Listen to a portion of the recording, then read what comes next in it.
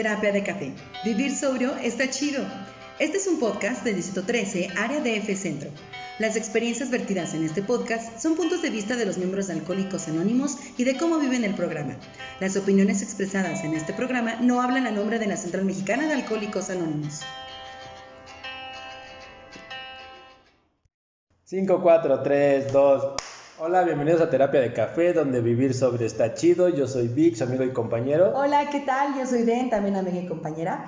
Pues bienvenidos a esta segunda parte de nuestro primer episodio de este podcast, Terapia de Café, donde vivir sobre está chido, en donde el episodio pasado, o la primera parte del episodio, fue que hicimos un viaje, una breve guía de Alcohólicos Anónimos, basados en nuestro folleto que se llama de esa misma manera, una breve guía a Alcohólicos Anónimos, en donde estuvimos hablando acerca de lo que es Alcohólicos Anónimos, que es una comunidad de personas que comparten su mutua experiencia. Hablamos un poquito más acerca de lo que es el alcoholismo, que es el alcoholismo es una enfermedad incurable, progresiva y de consecuencias fatales, y de quién es un alcohólico, que es aquella persona que perdió la capacidad de controlar su manera de beber, y hablamos un poquito más al respecto. Pero esta parte de hoy vamos a indagar a lo que es la terapia de café y cómo que esta costumbre se arraigó en los grupos y principalmente en los primeros años de Alcohólicos Anónimos, pero para ello tenemos la presencia y nuestra madrina del podcast, que es nuestra compañera Lulú, que es miembro de comité de este Distrito 13. Ella ha sido RSG de su grupo, que es el Regreso a lo Fundamental, fue tesorera de este distrito, ha hecho esta secuencia de servicio, obviamente fue secretaria, tesorera de su grupo, cafetera y todos los servicios internos que ya poco a poquito vamos a ir viendo un poquito con más amplio margen. Pero antes de poder entrar en materia, Den, ¿tienes algo que decirnos? Bueno, antes que todo, Lulú, bienvenida. Muchas gracias. ¿Cómo estás? Muy bien, gracias. Me da mucho gusto, nos da muchísimo gusto que puedas ser madrina de este programa, de este maravilloso programa que estamos teniendo. En unos momentos vamos a estar hablando acerca del tema. Aquí lo principal es poder platicar un poquito más a fondo de realmente qué es la terapia de café, ¿no? Cómo se lleva realmente. Pero antes que todo y antes que nada, tenemos que hacerte la pregunta de rigor, Lulú. ¿A ti cómo te gusta el café? Bueno, realmente a mí me gusta muy suave, no me gusta cargado, porque me provoca alteración del sueño. Será por la edad, porque ya llegué a la tercera edad. Yo creo que es eso. Ok, me parece muy bien. Entonces, ¿ya estás lista con tu café, Lulu? ¿Ya? Sí, claro, gracias. Me parece perfecto. Pues entonces, yo quiero iniciar, Vic, si tú me lo permites, con un poco de lectura con el libro del Dr. Bob y los buenos veteranos. Sí. Más que nada porque esto es una parte importante, es un preámbulo, una introducción de cómo empieza la terapia de café en los grupos principalmente, cómo se va surgiendo, cómo va generándose.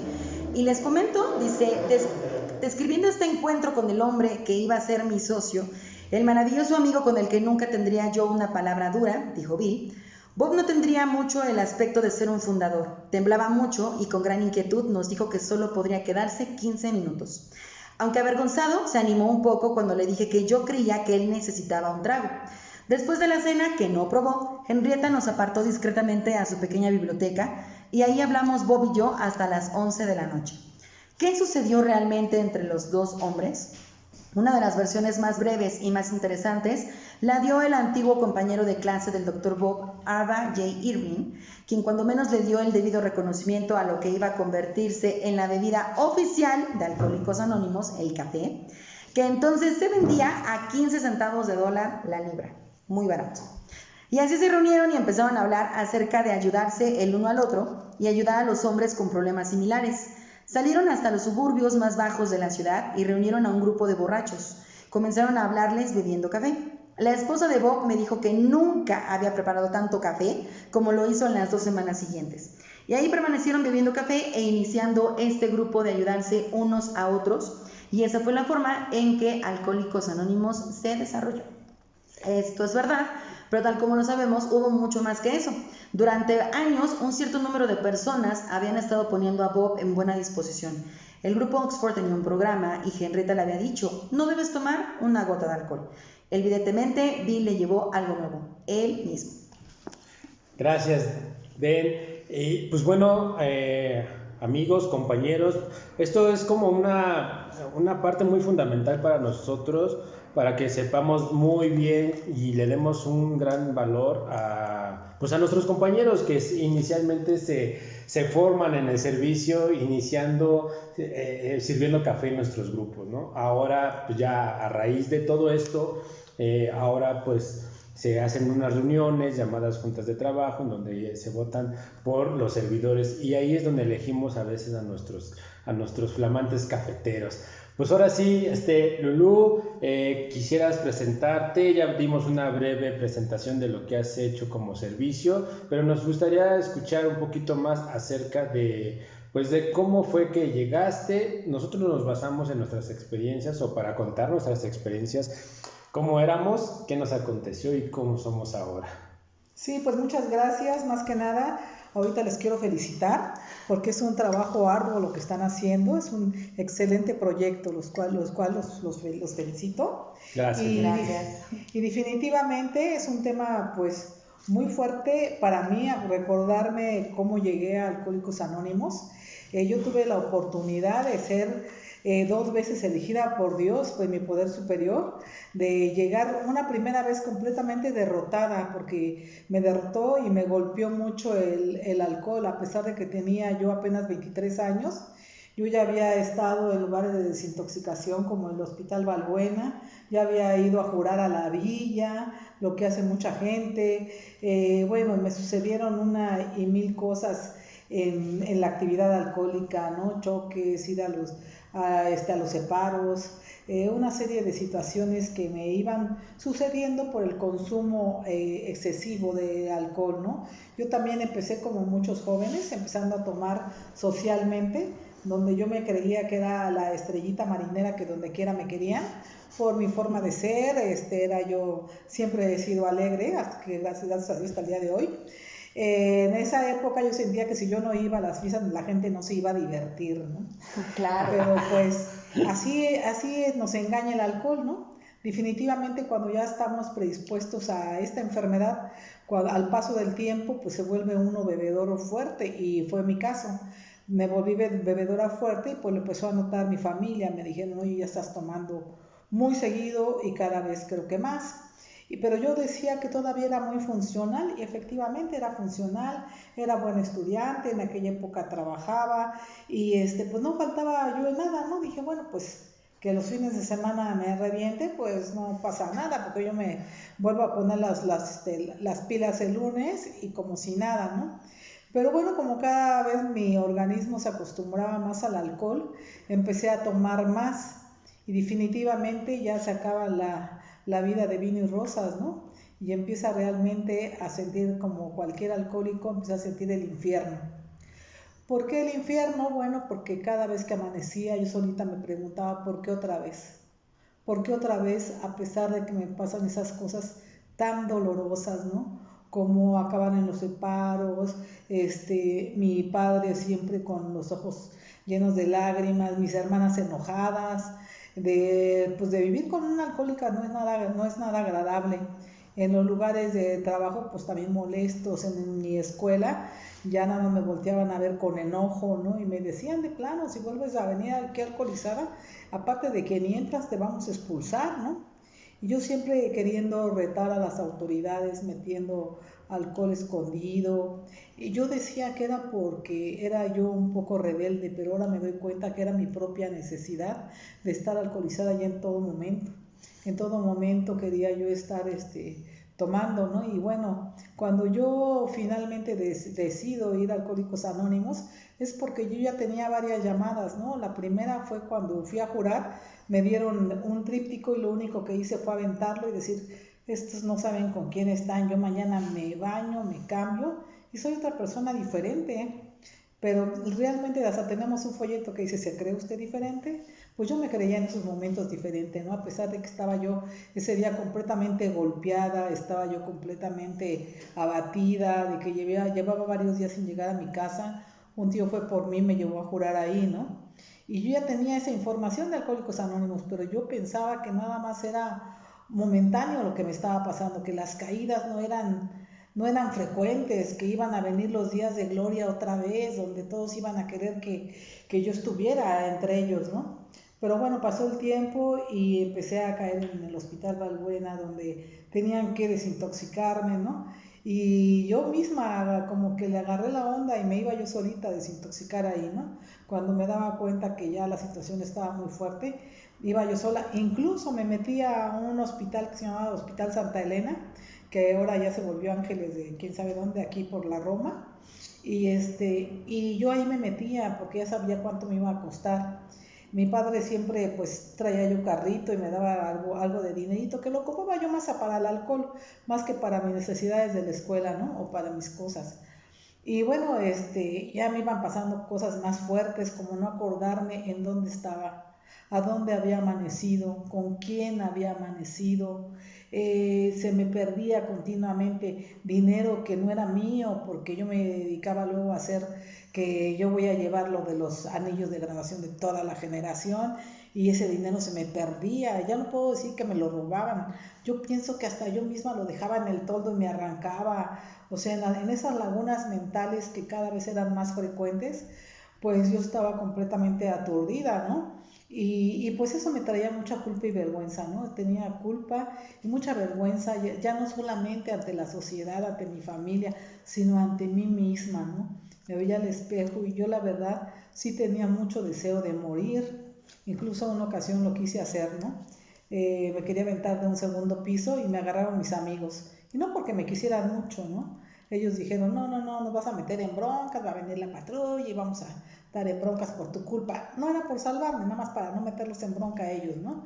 Y cómo ahí, perdón que te interrumpa, Sí. Lulu, pero cómo justo ahí en donde esta necesidad interna de querer ser comprendida, de querer ser comprendido, y que los amigos que crees que son tus amigos y ni con ellos puedes expresar este dolor que se siente de esta incomprensión, porque es algo incomprendible hasta de uno mismo, de cómo bebe, ¿no? Donde entran estas preguntas de por qué no puedo beber como mi amiga, como mi amigo, y por qué yo cada vez que bebo hago todo este desorden y todas estas cosas, ¿no? Y es ahí en donde esa impotencia, ¿no? De no sabernos comprender y qué sucede en nosotros, llegamos a pensar en estas situaciones, ¿no? Sí, efectivamente, yo tenía muchas amistades que tomaban y yo las veía y decía, bueno, ¿por qué ellos no se quedan como yo, no? O porque hasta me daba coraje que no me siguieran el ritmo, ¿no? Que no estuvieran con mis hasta la hora, hermanas. claro. Tenía yo una hermana que iba conmigo, hacía fiestas y decía, ¿qué le pasa? Está nada más, ya me mareé, ya no quiere más, ¿no? Y bueno, y sí llega el momento en que te preguntas, enojado, ¿no? ¿Qué me está pasando? Yo he oído que mucha gente pasó muchos años y no se preguntaban eso. Yo apenas empecé a sentir las lagunas mentales y a despertar con esta situación de qué pasó, cuando sí me preguntaba, ¿no? Me preguntaba y decía, esto no puede ser. Bueno, después de haber sabido por varias personas de Alcohólicos Anónimos, mi madre me da una tarjeta que se la dio el carnicero. Me dio una molestada terrible, ¿no? Así como diciendo, ¿y tú qué andas diciendo, no? ¿Qué andas diciendo de que yo tomo, ¿no? Cuando todos sabían el despapalle que traía. ¿Cómo andan divulgando esa información? ¿Cómo andan divulgando esta información? Sí, ya todos sabían, ¿no? Sí, cuando todo el mundo bueno, nuestra enfermedad es evidente para los demás. Menos para uno. Y menos para uno cree y se ve en el espejo y se hace estas preguntas, pero este autoengaño de la mente que te dice, no, tú puedes, sigue adelante, algún día vas a parar, tú un día vas a ser feliz, tú un día vas a tener tu vida, y este autoengaño nos hace ver la realidad de diferente manera. Pero ahorita lo que estás diciendo, Lulu, veo qué importante es que la gente que no es alcohólica a veces también puede ayudar, ¿no? Y este es uno de los motivos que trabajamos en este podcast y queremos que se haga un trabajo intenso en esto, para que las personas que no son alcohólicas y que escuchen el podcast puedan sugerírselo como a ti te sugirió, bueno, le sugirió el carnicero a tu mamá, ¿no? De darte la tarjeta de Alcohólicos Anónimos. Digo, bueno, ese sí era compañero y por eso veía a mi mamá llorando y le digo, no, pues llévela aquí, yo ahí me compuse. Y entonces ese sí era compañero, definitivamente, ¿no? Y bueno, ya no tiré la tarjeta, ahora sí la guardé en esa ocasión. Yo ya me sentía bastante mal. Y la última que hice, me fui a una boda y me caí en el clásico pastel. No solamente me caí, sino que les aventé el pastel a toda la gente. Ese día yo iba de negro y toda acabé embarrada de pastel. Y cuando desperté me vi la situación y también me dijeron, no te mediste, ¿no? Cuando llegué ya nada más estaba yo haciendo el servicio social, cuando llego, el profesor que me invitó a su boda me dice, quiero hablar contigo, ven, ¿no será que tú necesitas un tratamiento especial porque tu comportamiento no es el normal? No es el adecuado. Y entonces yo me acordé de la tarjeta de Alcohólicos Anónimos, ¿no? Y les dije, ¿sabe qué? Me voy en este momento, cancélenme todo y yo me voy. De hecho, justamente, perdón la interrupción, Lulú, justamente todos estos puntos que tú has estado comentando ahorita, todas esas características distintivas de un alcohólico era lo que justamente estábamos platicando en el primer programa, ¿no? ¿Qué es lo que es un alcohólico? ¿Cómo empiezan esos pasos? ¿Cómo empiezan esos puntos para que uno empiece a darse cuenta, ¿no? Entonces, aquí es muy importante que nos comentes esto con tu propia voz, porque muchas veces no creen, o sea, si alguien más se los dice, no lo llegan a creer, pero ya que una vez empezamos a dar esa explicación o toda esa experiencia de todo lo que llegamos a pasar, es cuando uno dice, híjole, es que esos puntos son los mismos puntos que nos dicen justamente en ese tríptico, en esa información al público, en esa parte que empezamos a pasar esa información, y entonces ahí es donde tú decides quedarte en Alcohólicos Anónimos. Sí, porque fíjate que yo me doy cuenta cuando llego a Alcohólicos Anónimos que es una enfermedad, y como toda enfermedad tenemos signos y síntomas. Y yo ya no me podía engañar, tenía todos los síntomas de una enfermedad llamada alcoholismo, ¿no? En donde yo bebía cuando no quería beber, cuando decía yo ahora sí no voy a beber porque tengo una y mil cosas importantes de la vida, y sin embargo terminaba alcoholizada, ¿no? O ahora sí, o sea, mil excusas y pretextos y todo, y siempre acababa tomada, ¿no? Entonces, estos síntomas se van agravando cada día más, ¿no? Siempre querer la copa más, siempre estar justificando tus borracheras, y hasta allí se acaban las justificaciones. Y para mí las lagunas mentales marcaron, pero mi historia fuertísimo, ¿no? Claro. Entonces llego a Alcohólicos Anónimos y con una gran pena, ¿no? Ahí sí me dio pena, no me daba pena meterme a tuburios de, como decimos, de alto voltaje, ¿no? sino me daba pena, me asomé al grupo y no había ninguna sola mujer. En ese grupo había como 15 personas, pero todos hombres. Algunos, sí, también había jóvenes, pero la mayoría era gente adulta. Y ese día mi mamá me mandó con una prima, que si no me ha mandado con ella no entro. O sea, es bien terrible ver ahí el anuncio de Alcohólicos Anónimos, ¿no? Y yo solita me decía, ¿hasta dónde he llegado? Esto no puede ser, esto no es para mí. ¿Cómo me voy a meter con todos esos señores ahí?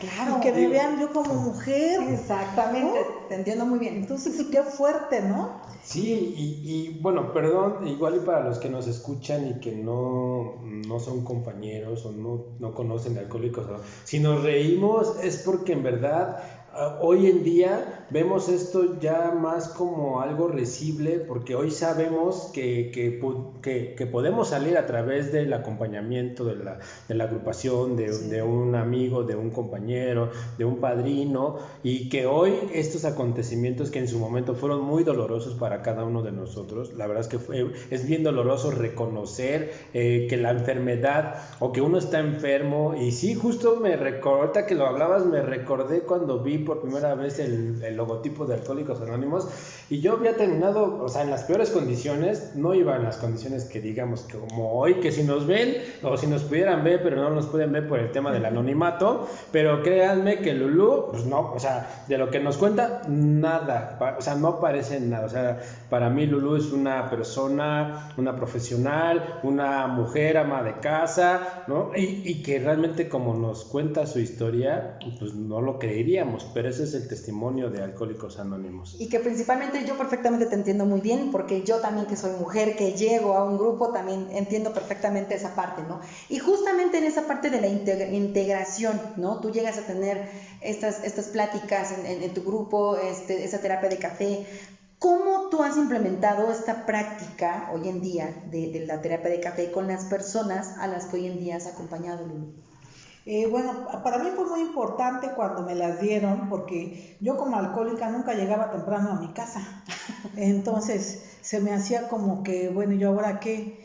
Y aparte la junta me ayudaba a esa contención y yo decía, sí, pero mi mente me decía, no, pues ya te estás tardando, regrésate de donde estabas, ¿no? Te están esperando, ¿no? Y yo cuando me invitaban al café, la verdad eso me daba sentido de pertenencia. Me estaban tomando en cuenta, me estaban entendiendo, me estaban también compartiendo su experiencia. En esas terapias primeras de café donde yo me sentía realmente un poco sin encajar, ¿no? Decía, todavía no encajo con ellos, pero pues poco a poquito, y aparte, saben que no llega uno con dinero, creo que llega hasta con deudas, ¿no? Claro. Y bueno, pues seguimos. sí, ¿no? Pero ya Y bueno, ahora cuando llega un nuevo o una nueva y veo que todavía como que la junta no fue suficiente, pues a mí me encanta ir a los tacos, ¿sí? Digo, ¿no te gustaría tomar un cafecito y por ahí nos echamos un taquito?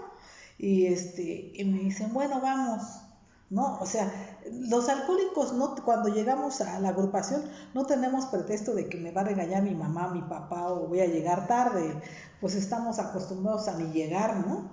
Entonces, y la familia pues también, en ese primer grupo no iba tan seguido al café porque el padrino de ahí, de ese grupo, el cofundador de ese grupo me decía, usted váyase a su casa, muchachita, tiene que llegar temprano para que su familia se empiece a acostumbrar que ya está usted en un cambio de vida, ¿no? Y bueno, pues me iba, pero me iba enojada. Yo decía, pero ¿por qué no? Yo quiero ir al café con ellos, ¿no? Yo quiero ir con ellos al café, pero bueno, me acostumbré. Finalmente decido casarme al poco tiempo y me voy de Alcohólicos Anónimos. Pude estar en mi primer aniversario y luego me salí por casarme. Le jugué a la casita 2-3 años.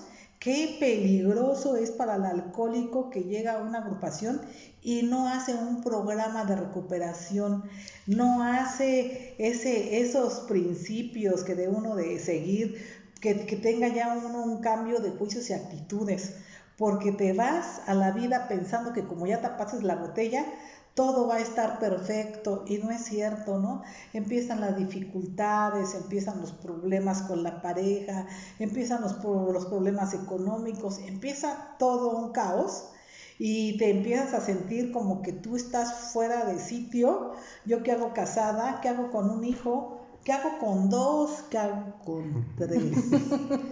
Me caso y fui, hagan de cuenta, tan fértil que 1, 2, 3, pero de volada, ni siquiera el tiempo sugerido de esperarse, ¿no?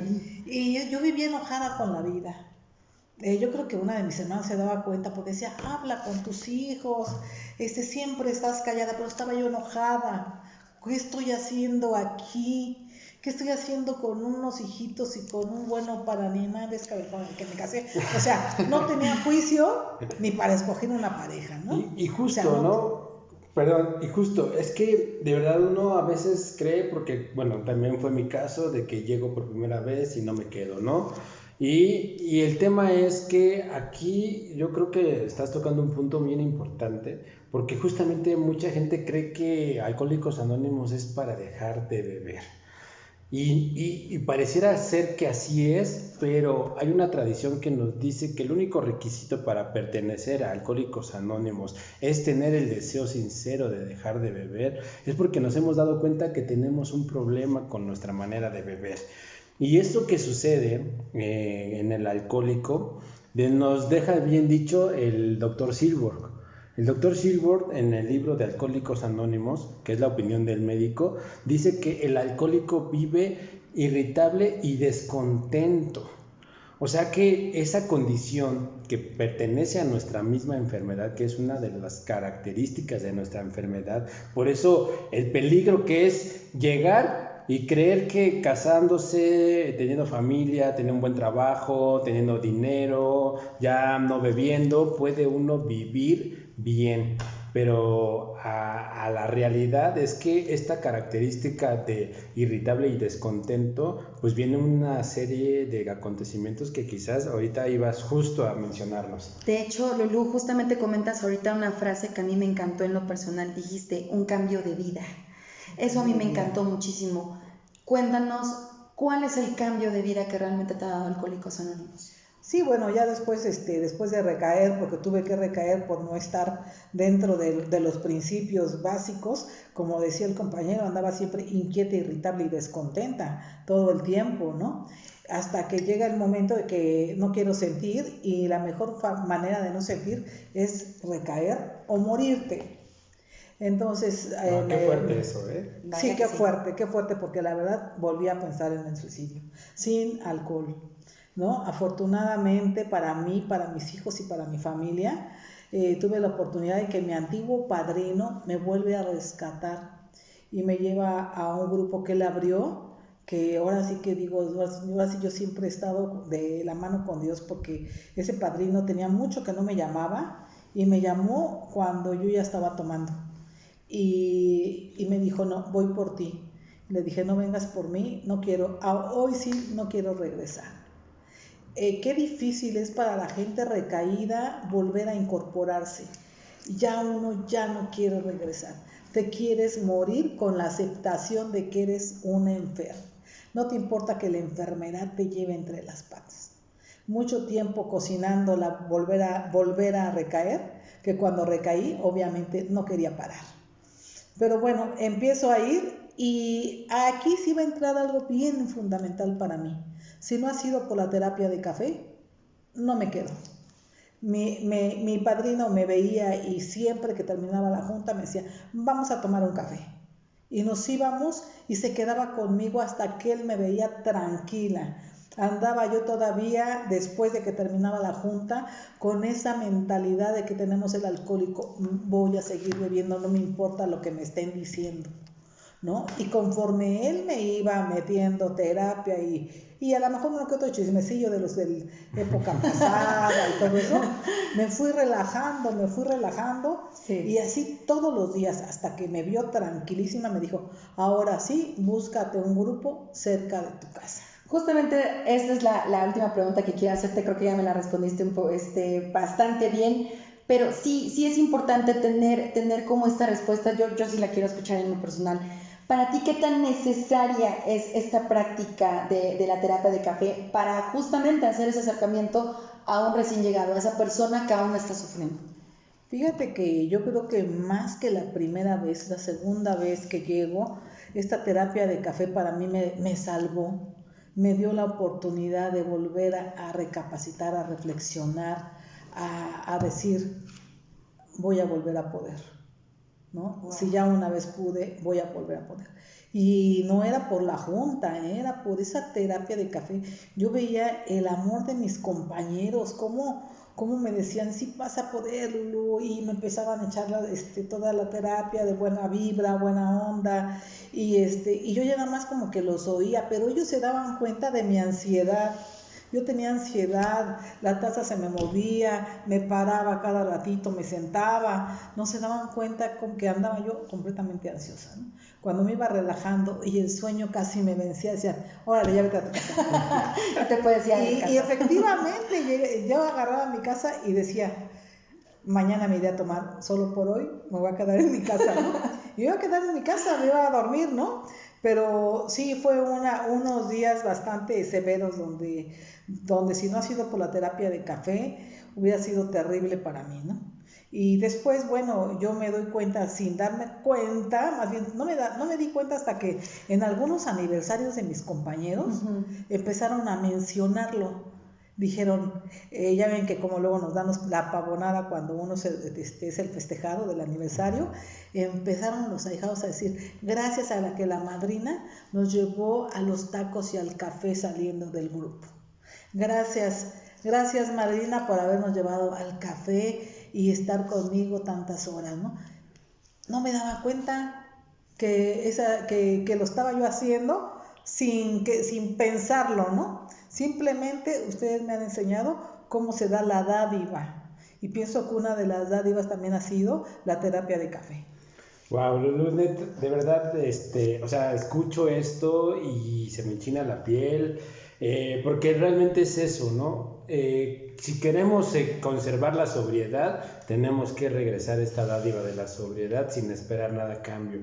Y qué fundamental es en los primeros inicios de que alguien llega a un grupo de Alcohólicos Anónimos, haya este comité, tenemos como bien sabemos muchos, un comité o sugeridamente que debe tener los grupos, que es el comité de bienvenida, ¿no? En donde cuando llega alguien a saber de qué es Alcohólicos Anónimos y si esta persona tiene el problema y se acerca y sigue asistiendo a la reunión, este comité lo arropa, le da las sugerencias, lo guía, tal vez se le regala un libro, que hay un libro muy bueno que es Viviendo Sobrio, libro de Alcohólicos Anónimos, algún otro folleto como respuestas y preguntas y respuestas acerca del apadrinamiento, para que más o menos se vaya orientando el que está asistiendo por primera vez a Alcohólicos Anónimos. Pero precisamente estas reuniones en donde uno se siente parte, porque justo estos pensamientos de no querer vivir, de quererse quitar la vida, porque no siente uno que pertenece a nada, o sea,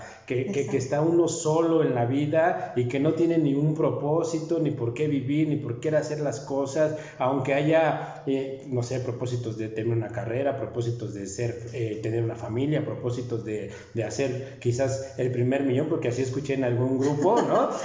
Hacer mi primer millón, y cuando se alcanzan estos propósitos, vuelve el vacío. Y algo que tiene Alcohólicos Anónimos es que tiene un propósito que jamás vuelve a tener un vacío, porque siempre hay un nuevo. Siempre hay un nuevo a quien ayudar, siempre hay un nuevo a quien acompañar, siempre hay un nuevo a quien acudir, ya si no es en el grupo, es en la información, una ficha de contacto o algo, pero siempre hay algo nuevo que hacer en Alcohólicos Anónimos. Pues bien, Lulu, nos ha gustado mucho tenerte aquí con nosotros. Fue un enorme placer, de verdad.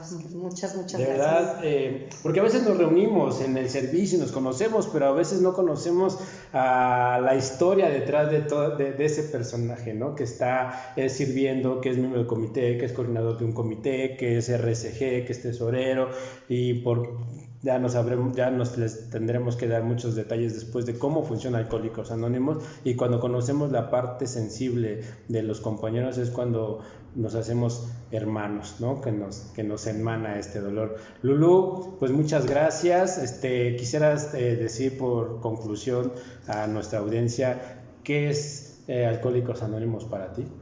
Para mí siempre será el milagro. Y yo soy parte de ese milagro, y ustedes, los que me escuchan, son compañeros, somos parte de ese gran milagro. Y nunca dejaré de estar agradecida con toda la comunidad, porque me salvaron la vida y le dieron una mejor vida a mis hijos. El día de hoy soy madre de tres profesionales, que les ha ido muy bien a los tres, ¿no? A mí pues también, como consecuencia también, y soy una mujer ya íntegra, soy una mujer nueva, renovada, y por eso para mí Alcohólicos Anónimos no me cansaré del servicio, aunque luego estoy atorada en mil cosas, estoy corriendo y todo, porque le debo mi gratitud eterna. Muchas gracias, Lulu. Den. Pues un placer, de verdad ha sido un placer enorme poder escucharte, poder escuchar estas experiencias, de verdad. Esperemos que esta no sea la primera vez que estés con nosotros, te esperamos cuando gustes, de verdad. Un placer, de verdad, poder haber hecho este programa. Y pues bueno, les agradecemos profundamente el que hayan escuchado este segundo episodio, así que pues vamos a tomarnos ese café. Pues vamos, yo soy Vic, su amigo y compañero. Yo soy Den, también amiga y compañera, y nos escuchamos la próxima ocasión.